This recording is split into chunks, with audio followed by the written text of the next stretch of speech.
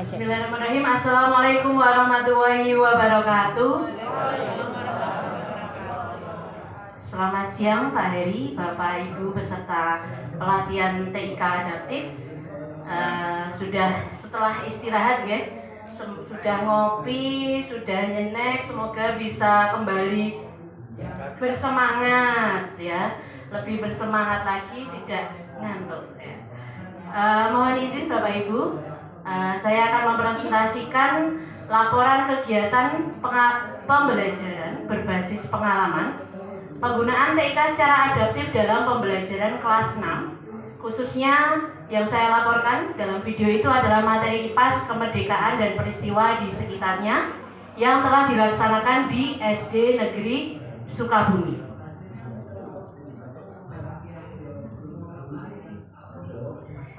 Laporan ini disusun dengan alur STAR. Yang pertama adalah situasi, nanti yang kedua tantangan, aksi, dan result atau refleksi. Yang pertama terkait dengan situasi, ini lebih yang saya presentasikan lebih ke daya dukung, situasi yang memungkinkan dan mendukung terlaksananya pembelajaran adaptif di kelas saya. Yang pertama, sarana dan aset sekolah mendukung dilaksanakannya pembelajaran menggunakan TIK adaptif. Sebelumnya izin menyampaikan kalau TIK atau sarana-prasarana aset yang ada di sekolah kami, kebetulan untuk laptop itu di sekolah kami ada 7 Bapak. Ada 7 laptop, 4 Chromebook, lalu ada 2 proyektor, LCD proyektor, kemudian di masing-masing kelas itu ada speaker aktif, sound system, ya speaker aktif atau sound system ya itu disebutnya. Apa? Ya itu mungkin menjadi salah satu daya dukung yang bisa digunakan untuk menggunakan TIK. Yang kedua yaitu WiFi dan lokasi sekolah yang dapat dijangkau oleh jaringan. Di sekolah kami sudah ada jaringan WiFi dan juga untuk menggunakan paket data, misal menggunakan paket data itu alhamdulillah juga sebagian besar itu lancar, bisa dijangkau. Yang ketiga, peserta didik merupakan bagian dari digital native. Kalau tidak keliru nanti mohon dikoreksi. Digital native itu adalah mereka anak-anak yang lahir berkembang di era digital. Nah, kalau bagi kita mungkin Bapak Ibu guru itu kita mungkin bagian dari yang namanya digital imigran, atau yang kita tidak dari kecilnya tapi belajar ketika sudah dewasanya belajar menggunakan mengikuti dengan perkembangan zaman. Tapi anak didik kita sebagian besar adalah digital native. Selanjutnya yaitu daya dukung wali murid yang memadai. Alhamdulillah beliau wali murid itu bisa diajak kerjasama dalam kaitannya dengan menggunakan TIK adaptif, dalam hal ini perizinan dalam menggunakan handphone.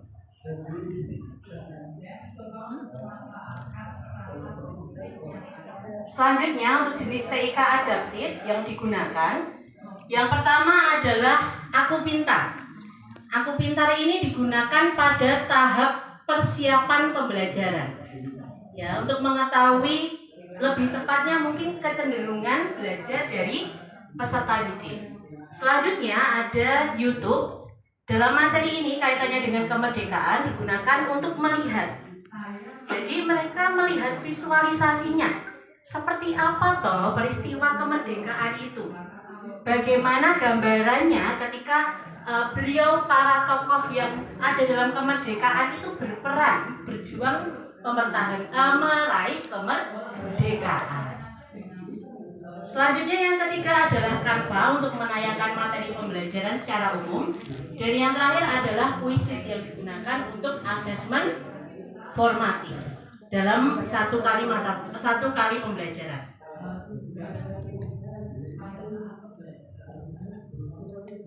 Selanjutnya tujuan pemilihan TIK adaptif digunakan untuk memberikan pengalaman belajar yang dekat dengan diri peserta didik.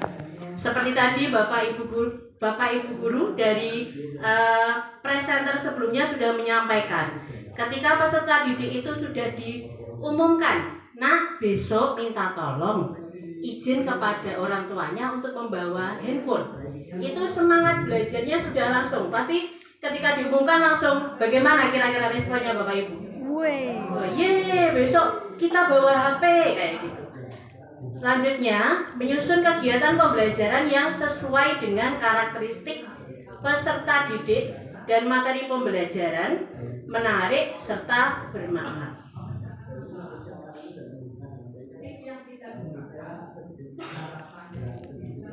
Nah, ini tantangannya. Tantangan dalam pemanfaatan TIK adaptif yang saya laksanakan. Yang pertama, bagaimana menyusun kegiatan pembelajaran berbasis TIK yang dapat bisa menjangkau seluruh kecenderungan gaya belajar peserta didik. Ini adalah hal yang agak sulit ya. Mungkin agak sulit dilakukan kalau TIK itu bisa menjangkau seluruh kecenderungan gaya belajar. Mungkin mana yang lebih dominan yang bisa diusahakan seperti itu. Merancang kegiatan pembelajaran yang melibatkan kolaborasi antar peserta didik. Ini juga menjadi tantangan bagaimana TIK itu bisa berguna untuk meningkatkan kolaborasi. Nah, ini nanti yang akan saya bahas juga di slide setelahnya. Selanjutnya, memastikan peserta didik siap dan tidak gagap dalam memanfaatkan TIK adaptif.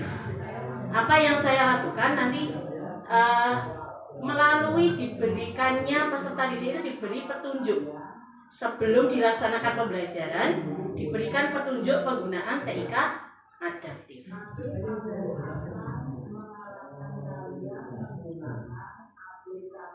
Nah, ini strategi pemanfaatan TIK adaptif. Yang pertama, memastikan sarana prasarana dari sekolah serta peserta didik siap untuk dimanfaatkan. Mengecek dulu perangkatnya, bagaimana jaringannya, apakah sudah siap untuk digunakan. Yang kedua, mengomunikasikan izin kepada sekolah dan wali murid. Yang pertama, saya izin dulu kepada beliau, Ibu Kepala Sekolah, apakah diizinkan ketika peserta didik itu berangkat pembelajaran dengan menggunakan handphone. Seperti itu, karena tadi walaupun ada 7 laptop, ada 4 Chromebook, tapi belum bisa menjangkau penilaian untuk kuisisnya itu secara individual begitu. Jadi karena kebetulan peserta didik kami ada 29 dalam satu kelas, sehingga harus dibantu dengan izin dengan menggunakan handphone dari wali murid. Membuat kesepakatan kelas terkait penggunaan handphone. Dalam hal ini penggunaan handphone ini kita tidak memaksa dan tidak mewajibkan, karena banyak di antara wali murid itu yang menggunakan HP-nya untuk bekerja. Jadi ketika HP-nya digunakan untuk bekerja, silahkan, kami perbolehkan, dan memang seharusnya seperti itu untuk menggunakan perangkat yang ada di sekolah seperti itu. Peserta didik diberikan petunjuk penggunaan TIK adaptif. Jadi sebelum pembelajaran memang istilahnya kita ada latihannya dulu, nyoba. Di pembelajaran sebelumnya dicoba bagaimana nanti ketika menggunakan kuisis, betul Bu, atau persiapan, bagaimana memasukkan kodenya. Nah, nanti ketika berlanjut harus seperti apa gitu. Yang selanjutnya, mengombinasikan TIK adaptif dengan kegiatan kolaborasi konvensional. Ini yang saya lakukan ini tadi untuk memberi solusi yang tadi keterbatasan dalam hal kolaborasi antar peserta didik dalam pemanfaatan TIK. Sebenarnya bisa dengan menggunakan kolaborasi ya, dengan menggunakan Canva biasanya bisa nggih Bapak Ibu nggih, di share link. Nah, Tapi mengapa saya di sini termasuk dalam video itu saya memilih dengan konvensional, dengan gallery walk? Karena dari hasil aku pintar, di situ gaya belajar atau kecenderungan, bukan gaya belajar, kecenderungan belajarnya lebih banyak di kinestetik. Jadi untuk mengakomodir, berusaha mengakomodir. Lanjut, untuk pengelolaan sumber daya manusia, guru mempelajari fitur-fitur yang tersedia. Seperti dalam pelatihan kita sudah mempelajari bagaimana masing-masing TIK adaptif itu penggunaannya. Untuk peserta didik dengan memahami petunjuk pemanfaatan TIK. Untuk aksinya, langkahnya yang pertama untuk sebenarnya yang belum ada di tayangan ini, kita merancang pembelajaran dulu. Kita merancang pembelajaran saat itu melalui diklat dan juga ketika kegiatan on. Nah, ketika kegiatan on, saya baru melaksanakan analisis gaya belajar dengan aku pintar. Nah, setelah itu saya memperbaiki RPP atau perencanaan pembelajaran. Setelah itu pada kegiatan pembelajaran menayangkan video peristiwa kemerdekaan, kanvanya untuk menayangkan materi, dan kuisisnya untuk asesmen.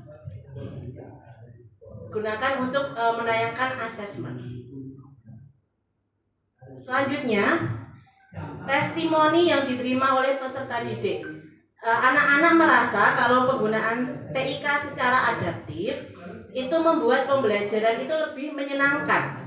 Seperti yang sudah dilihat waktu itu di video, mereka merasa lebih bahagia, lebih menarik, seru, dan juga bisa belajar sambil bermain sekaligus. Setelah itu mereka juga request, bahasanya ingin lagi untuk pembelajaran dengan TIK ini dilaksanakan lebih sering lagi.